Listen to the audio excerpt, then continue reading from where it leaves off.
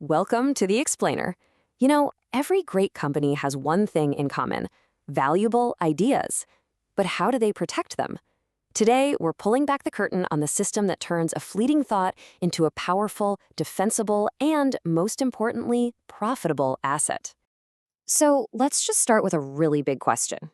Imagine you've got this brilliant idea, right? A total game changer. But what's it really worth if anyone can just come along and copy it tomorrow? How do you actually protect it and turn it into a real advantage that builds value for the long haul? Well, the difference between an idea that changes the world and one that just kind of fizzles out is often the strategic process we call the intellectual property pipeline. I mean, look at the difference here. Without one, your idea is vulnerable. Its value is just gone. But with a pipeline, it becomes a protected, monetized competitive edge. The whole process goes from risky and reactive to strategic and secure. So, here's what we're going to cover. We're going to break this whole thing down into 5 clear sections. We'll take you on the journey from that first spark of genius all the way to a powerful business asset, hitting the key stages, strategy, and how to manage it all. All right, let's dive right in. First up, let's get on the same page about what this pipeline really is, because it's so much more than just filling out some paperwork. Think of it as a strategic framework, a system, really, that's designed to protect your innovation and build a competitive advantage that actually lasts. At its heart, the IP pipeline is just a structured process. You can almost think of it like an idea factory. It methodically takes those raw concepts and turns them into protected, valuable assets like patents and trademarks. It's basically the engine that powers and protects your innovation. Okay, so what's really cool is how this factory actually works.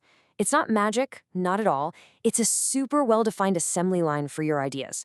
Let's walk through the 6 absolutely crucial stages that every single innovation should pass through. This 6-step process, this is what makes sure nothing falls through the cracks. It takes you systematically from that initial light bulb moment through all the vetting and the legal filings, all the way to getting that patent granted, and then, of course, making sure you keep it protected for the long term.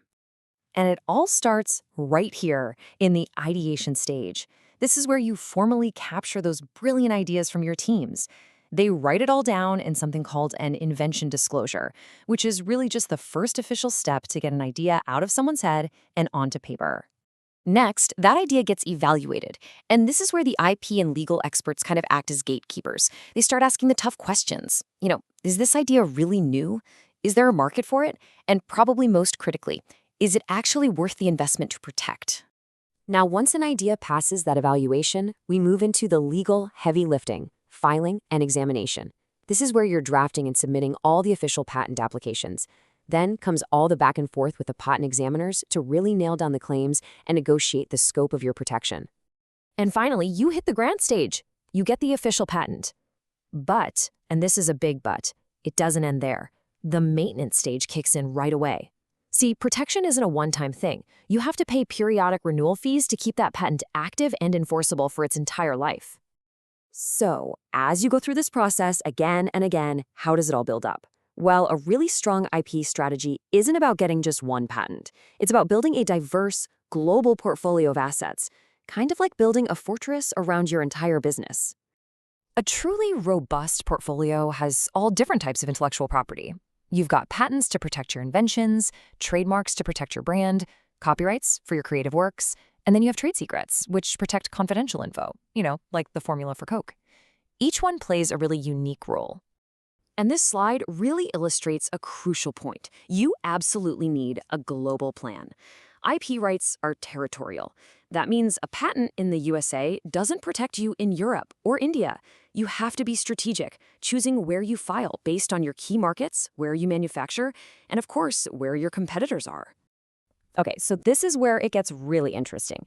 The whole point of building this pipeline and this portfolio isn't just to have a defensive shield to hang on the wall. No, it's a proactive tool for generating serious value and for actively managing threats that could cripple your business. Your IP strategy really has to balance these 2 sides of the same coin. On one side, you have these incredible opportunities to make money through licensing, royalty revenues, strategic partnerships. But on the other, you're constantly defending against risks like infringement, counterfeiters, and incredibly expensive legal disputes. And look, the financial upside here can be absolutely massive. A well-managed patent portfolio isn't just a line item expense. It can become a major revenue stream. To put it in perspective, a company like Qualcomm pretty much built its entire business model on this, generating billions a year just from licensing its patents. But with all this time, effort, and money you're pouring in, how do you actually know if your IP pipeline is working? If it's paying off? Well, you need a scoreboard to track your performance, and you need a team to watch the game. And that means tracking clear key performance indicators or KPIs. You got to measure things like how many patents you're filing versus how many are actually getting granted. And most importantly, the financial stuff, like licensing revenue and the overall return you're getting on your IP investment. Seeing the data like this makes it immediately obvious where you're winning and where your strategy needs a little tweak. So in this example, you can see the company's filing more patents than they planned, which is great, but they're falling short on that licensing revenue goal. That's a real actionable insight. And I have to stress, this is not a set it and forget it kind of process. To manage this effectively, you need active governance. That usually means having a dedicated IP committee that does regular reviews and using specialized software to manage all the complexity of deadlines and fees across a global portfolio. Which really brings us to the ultimate question you should be asking about your own strategy. It's not just about having patents. It's about whether your entire system, from that first idea all the way to maintenance, is built to both protect and monetize your innovation, ultimately strengthening your company's competitive advantage for years and years to come.